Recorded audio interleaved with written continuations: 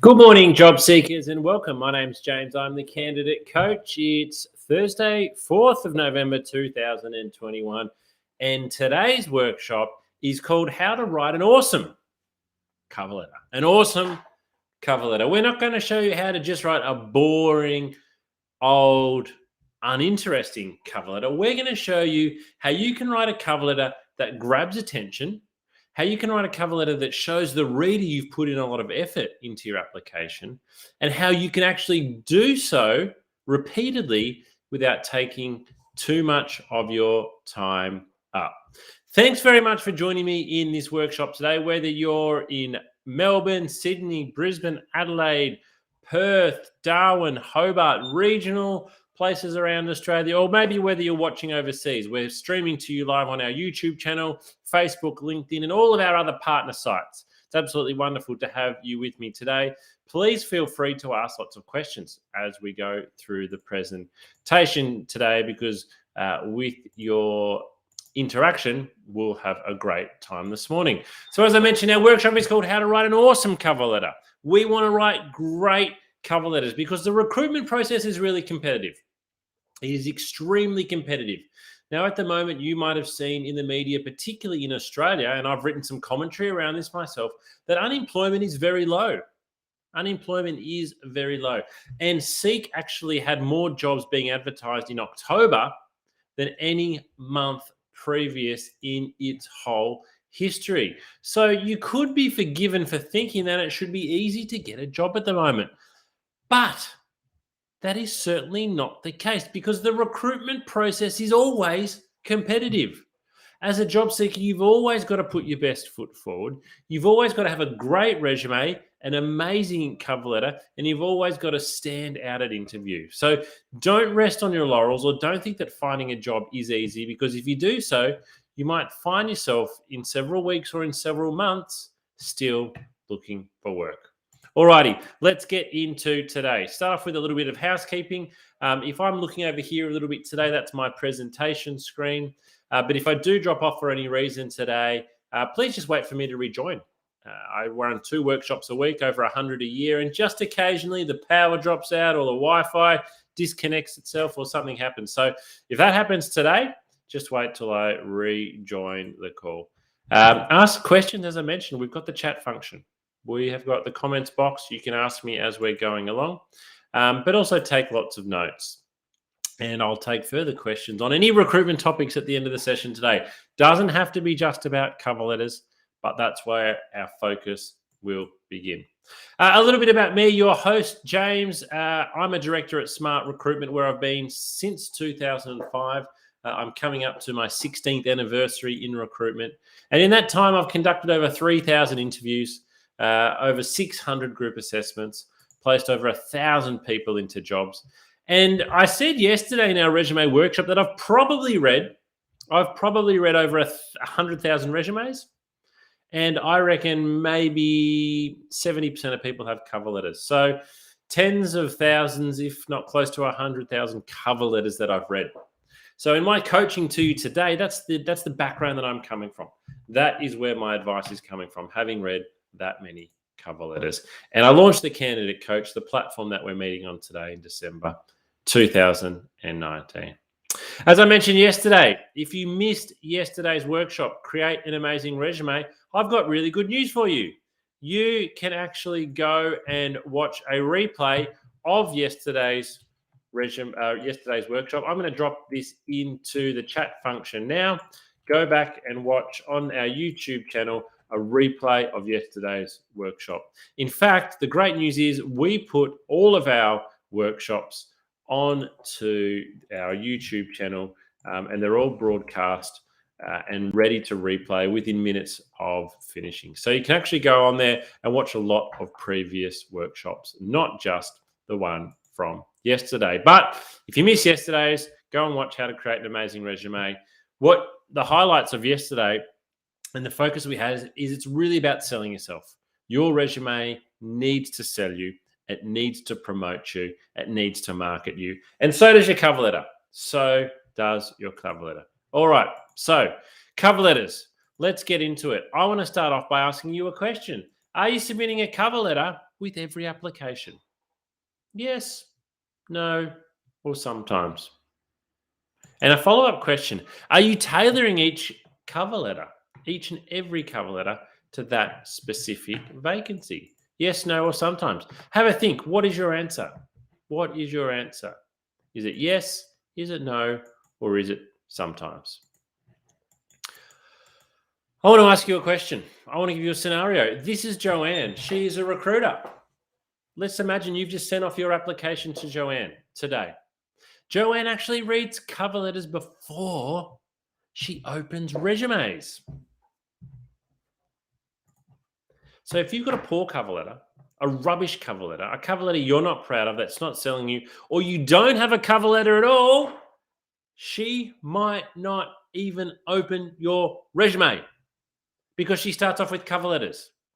Now, the challenge for you as a job seeker, you might be sitting there going, oh, look, I've heard recruiters don't always read cover letters. So if they're not always going to read them, I'm not going to apply. The problem that you've got is if you apply to Joanne, you're not going to get an interview. She's not going to read your resume. The other problem is you don't know whether the recruiter is going to be the one that doesn't read cover letters. So if a recruiter says, don't send me a cover letter for this job, I won't read it, fantastic. You don't have to do a cover letter. But unless they have specifically said that to you, you need to submit a cover letter. So if you have a poor cover letter or you have a bad cover letter, you're missing out. And my advice is, as a job seeker, you can only submit two things: resume, cover letter. That is it. Those are your two opportunities to stand out. So why would you skip one of them? As you can tell, I'm really passionate about this. I think people not submitting a cover letter is just bloody lazy. So don't be lazy. Use my formula that I'm going to show you now, and you can stand out as a job seeker. So your answer to these questions: are you submitting a cover letter with every application? The answer now needs to be yes. And are you tailoring each and every cover letter to make it specific to that vacancy? The answer also needs to be yes. If you're not doing these things, then you are taking a huge risk and you are decreasing your chances of getting the job. Simple as that, decreasing your chances. All right, so let's talk about actually what a cover letter is. We forget the letter part of the phrase cover letter. With a letter, you write it to somebody. We don't write a lot of letters anymore, but think about when we write letters to a family member. Maybe you occasionally write a letter to a grandparent. Maybe you write a Christmas card. You personalize it. You use different types of language. Now, a cover letter needs to be the same. Often you'll be writing it to a person. Sometimes you'll know their name. But even if you don't, you need to write it as if you were writing it to a person and you personalize it. Research the company and position and include that information in your cover letter. This is the most important part, the research. This is where I'm going to show you some shortcuts today. But we need to research the company. We need to research the position. And we include that information in our cover letter. Now, we are doing this for the sole purpose of showing off. We want to show off. We want the person reading our cover letter to think, wow, this person has done a lot of research. This person has put a lot of effort into their cover letter and hopefully into their resume. That's why we're doing the research. It's helpful for us to learn about the organization, but for the purpose of a cover letter, we are doing the research to show the reader we've done some great research. Cover letters are always only 1 page long, asterisk, unless you've been asked to address a selection criteria. So if you've been asked to address a selection criteria and it's 10 questions, it's probably going to go over 1 page.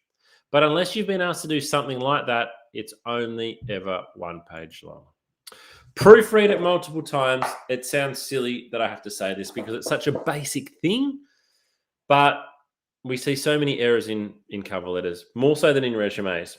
And that's often a grammatical mistake. It's not necessarily a spelling. Well, it's not normally a spelling mistake because spell checks are pretty good, but it's a grammatical error.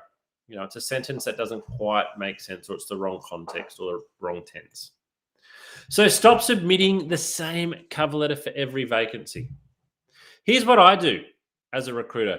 Whenever I advertise a role, I always put my name on the bottom of the ad. I always put my name on the bottom of the ad. Now, this might be the exception rather than the rule because a lot of recruiters don't put their name on the ad.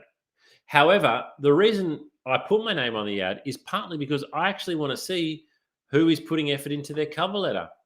So if I get an application for one of the roles I'm being advertised and I open it up and it says, Dear James, I think straight away, yes. At least this person has put my name there, which is on the ad. But if I open up the next cover letter and it says, Dear Sir or Madam, Dear Hiring Manager, to whom it may concern, no, application finished.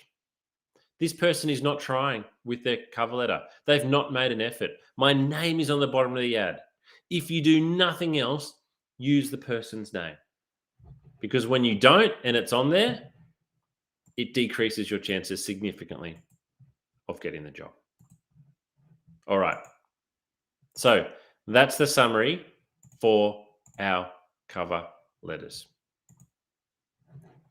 Using different language, researching, one page long, proofreading it, and not submitting the same cover letter for every vacancy. Okay, I am going to give you my magic formula. And in fact, it's not magic, it's just common sense. I'm going to give you my formula that you can repeat for every cover letter. And this formula is very straightforward. It's very simple. And what you'll see in 5 minutes' time is that you can do it quite easily for every job you apply for. And by doing so, you can actually make a great standout cover letter. All right, here's my formula. A good cover letter looks like this. It's just 4 simple paragraphs. 4 simple paragraphs. Paragraph number 1. Paragraph number 1, you are specifically addressing the role and the company that you're applying to.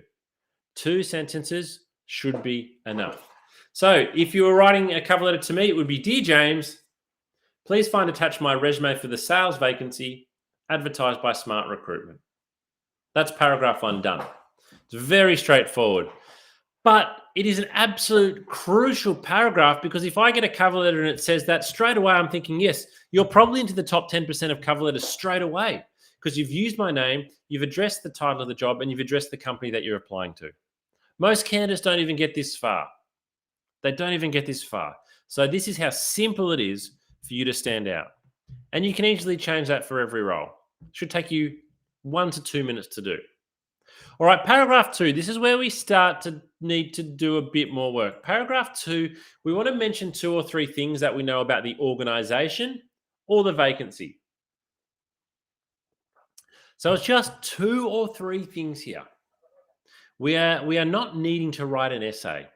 In fact, I don't want you to write an essay. It is 2 or 3 things that we know about the organization or the vacancy. And again, the real purpose here for you is to let the reader know that you've done your research. So we can go and we can research on the obvious places. We can go to the company's website. We can go to the careers page. We can read the advertisement and we can mention a couple of things that we've learned through there. However, if you really want to stand out, what I'd encourage you to do is to mention something here that you've learned about the company that is really impressive. So if you're applying for a publicly listed organization, for example, maybe go and Google their annual report, their board report, and download it. Skim through a few pages and find one thing there. Just find one thing that you can mention in paragraph 2. You mentioned that I was reading the annual report and was impressed with the director's commitment to green investment. If you put a line like that in your cover, the person reading is going to go, wow, this person's read our annual report. I don't read our annual report. It's boring. I love it when a candidate puts in their cover letter something about the organization that I'm recruiting for that I don't know, because it's showing me the level of research that they've done. So I mentioned 2 or 3 things here. The other really good thing you could do is find something in the news. If it's a well-known large organization, find something that's been in the news recently. Find something that's relevant. Kind of find something that shows you've done a little bit of research, but it's just 2 or 3 things here for the purpose of showing off. All right, and then paragraph 3, we're going to reflect on us. So paragraph 2, it's about the company and the job. Paragraph 3, it's us. So again, it's mentioning key skills or experience relevant to the advertisement or the position. we're only doing two or three again. We are only doing two or three things here. So we've got to pick skills or experience or qualification relevant to the advertisement or relevant to the position. We can only pick two or three. So we've got to pick the most impressive two or three skills or experiences or achievements relevant to that job. So it needs to change for each cover letter. Even if you're going to apply for 10 customer service jobs, paragraph 3 will probably still change for each job because each job is different, each company is different. There are nuances there. And then paragraph 4, it's a brief conclusion. Thanks for reading my cover letter. I hope to hear from you soon. That's enough. Kind regards, your name. So paragraph 1 and 4. Paragraph 1 and 4 is very straightforward. Very straightforward. It should only take you 2 minutes each. Paragraph 2 and 3 is where we've done the work. Just had a question come through. I wish I didn't miss the resume session. So if you click the link just above you in the chat box there, you will be able to watch a replay of the resume session. I'll type that in again. Watch a replay of our resume workshop. So this stays on our YouTube channel and you can go and watch that there. But thank you for joining. Hopefully you've got that message. You can watch it after today. All right, so take a screenshot of that. Even though we're recording it, take a screenshot of that because that is your structure. That is your structure to a really good cover letter. And I think it's easy for you to repeat. Hopefully you agree with me. All right, I'm going to show you one that I've prepared earlier now. So I'm going to show you a cover letter that I have prepared earlier. Now, I don't want you to be intimidated by this cover letter. As I said, I've been in recruitment for 16 years. I've probably read 70,000 cover letters. So I should be able to write a good one. And I also do coaching on cover letters, which is obvious. So the cover letter example that I'm going to provide you with is really good. So don't be intimidated, but here is what a good cover letter should look like. I'm going to read this out to you. Dear Rupert, so first of all, we've got the name right. I'm writing to you as an enthusiastic applicant for the marketing coordinator vacancy with Duke Industries.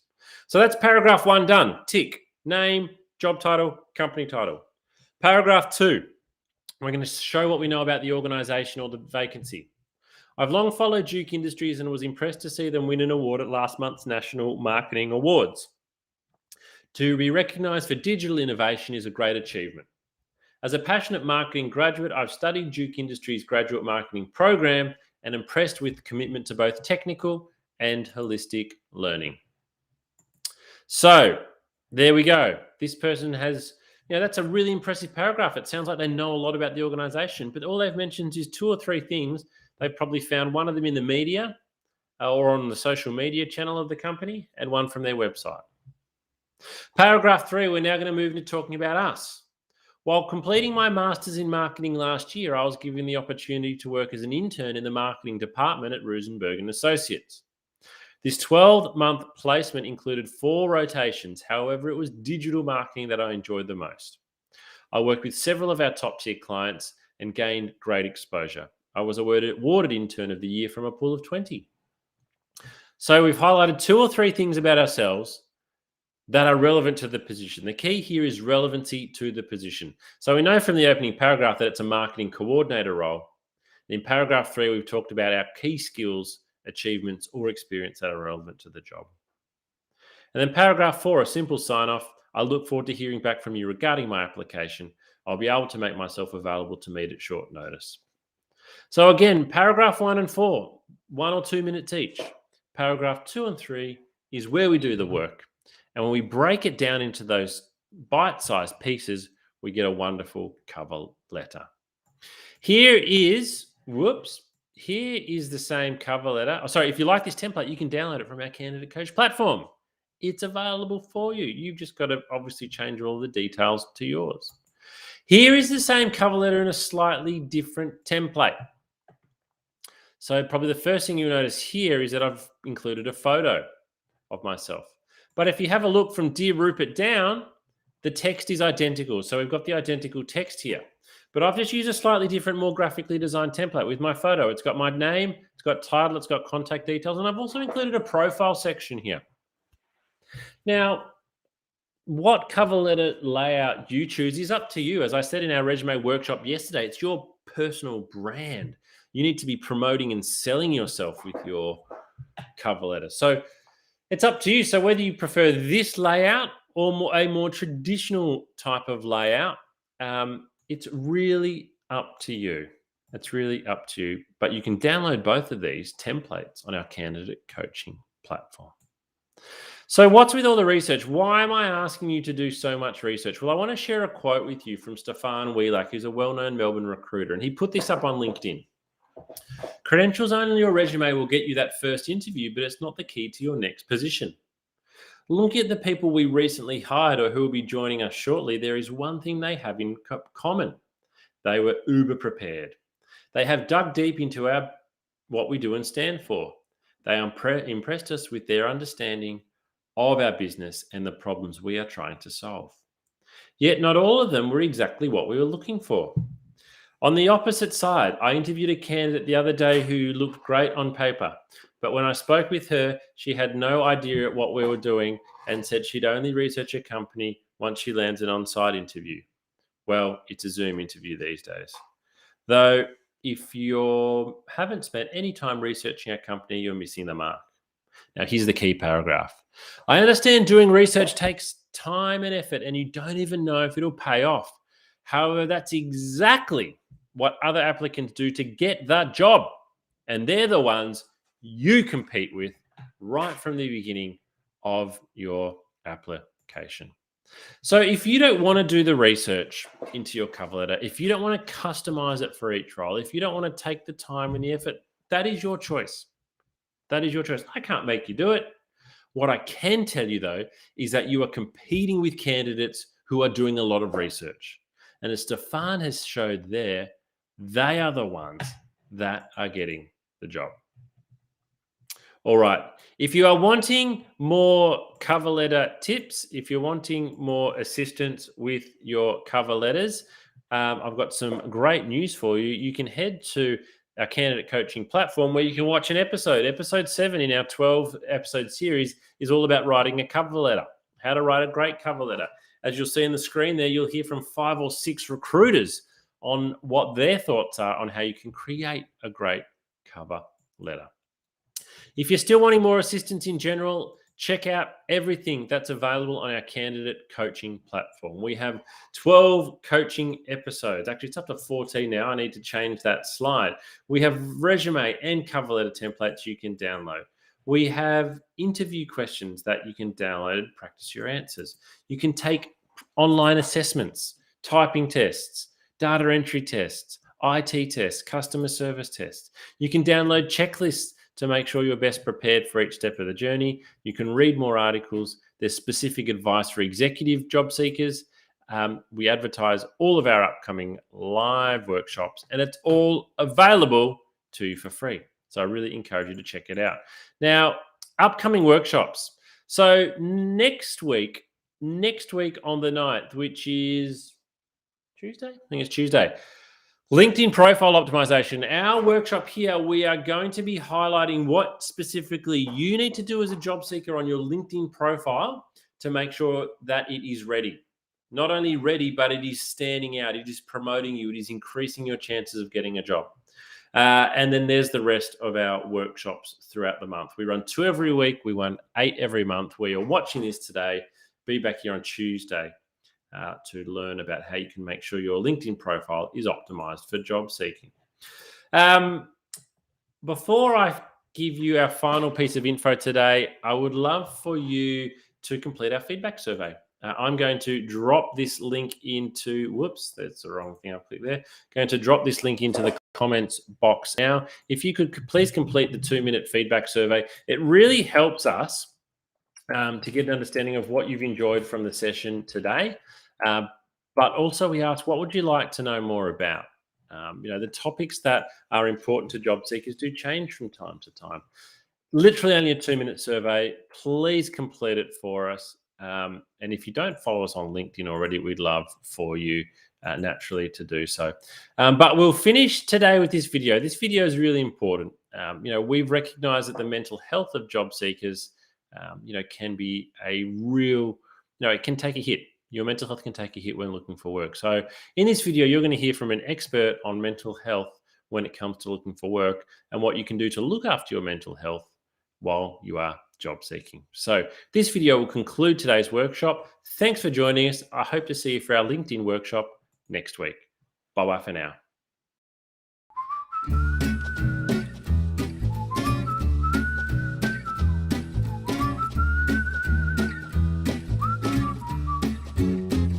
If you're not feeling terrific at the moment and you feel like your mental well-being has taken a little bit of a dip, please remember this is not going to last forever. There's lots you can do to manage your mental health and get back on top of it.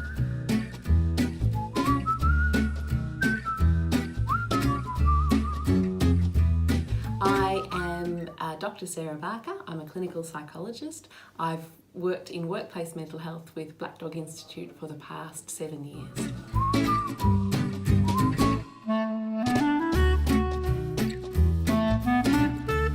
I work with a lot of adults and young people, mainly with anxiety, depression, trauma as well, a range of issues, and many who are looking for work and undergoing that process of trying to find employment.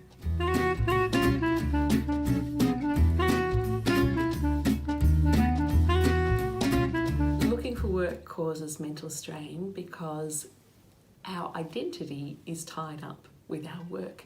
Work gives us meaning, it gives us purpose, it gives us company and connection. So it's stressful for lots of reasons looking for work, and it can take a toll on our mental health.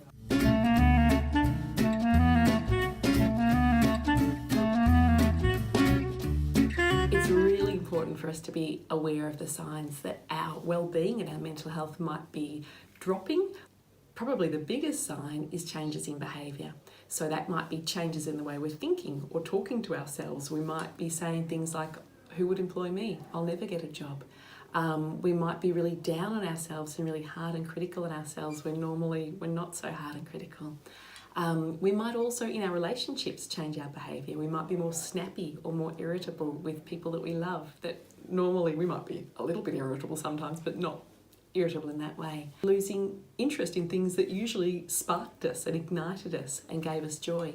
So perhaps usually we like walking the dog and suddenly we start thinking, I can't be bothered walking the dog today.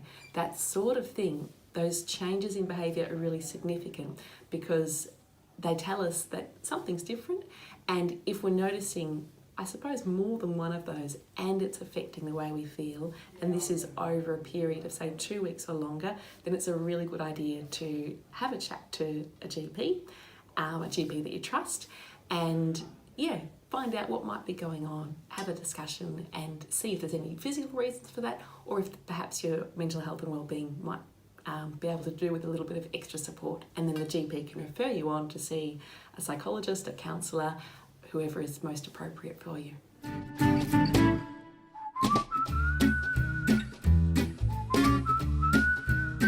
There are so many great things you can do to look after your mental health when you're looking for work, and it's really important that you do. My very top tip would be really talking kindly to yourself and being compassionate with yourself. I think when we're looking for work, we can have a lot more questions like, will I ever get a job? Will I ever be employed? It can feel like this could go on forever. So being kind to ourselves and saying things like, it will work out. There will be a day, my efforts will be rewarded. It will just take time. I'll just need to keep trying. Reminding yourself of your strengths. And that might even be tapping into people you love and asking them what your strengths are, because sometimes it's harder to find them when our mood's a bit low and we're feeling more worried. We can be harder on ourselves.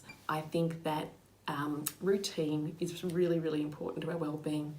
When we're looking for work, we mightn't have such a regular routine because there mightn't be a 9 to 5 start and finish time for a job. Well, there isn't. So instead, thinking about looking for work as a job in itself can be helpful. Having a start time and a finish time can be really helpful, and some set tasks that you hope to achieve that day.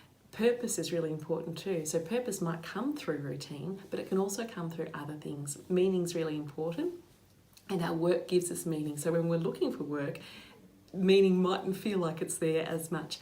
Part of part of what we can do is infuse those tasks with meaning. So I am doing these things today, I'm looking for work, and that is meaningful in itself, because there's an end goal to this. It will be something that's good for me and good for the people that I love as well.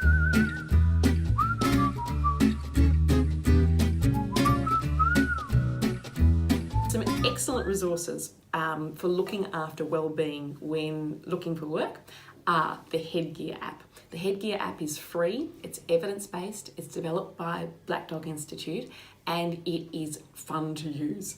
It uses mindfulness, so a technique to really help us relax and reduce physiological arousal, which can often occur when we're feeling anxious. It's got a 30-day challenge, which is just short, bite-sized little challenges to extend your well-being and grow your well-being, and that can be really extra important when we're looking for work. There are also some really terrific resources available through the Black Dog Institute. One of them is a beautiful self-care plan that encourages you to think about your top coping tips, the things that personally work best for you, that are positive coping strategies. Another really good resource is through Beyond Blue, and they've got some excellent resources to look after mental health while looking for work, and also when people are recently out of work as well.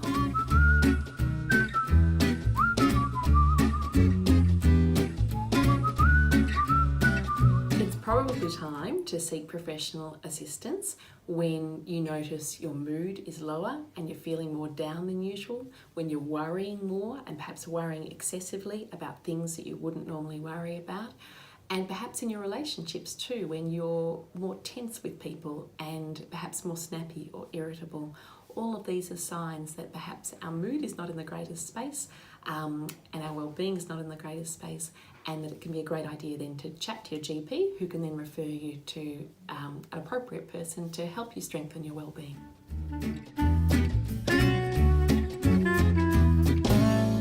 It's very common for people to have a dip, but please know that that's not going to last forever, and that there's lots you can do through looking after yourself, but also through getting access to professional support that can really give you a boost again and get you back feeling good as you're looking for work.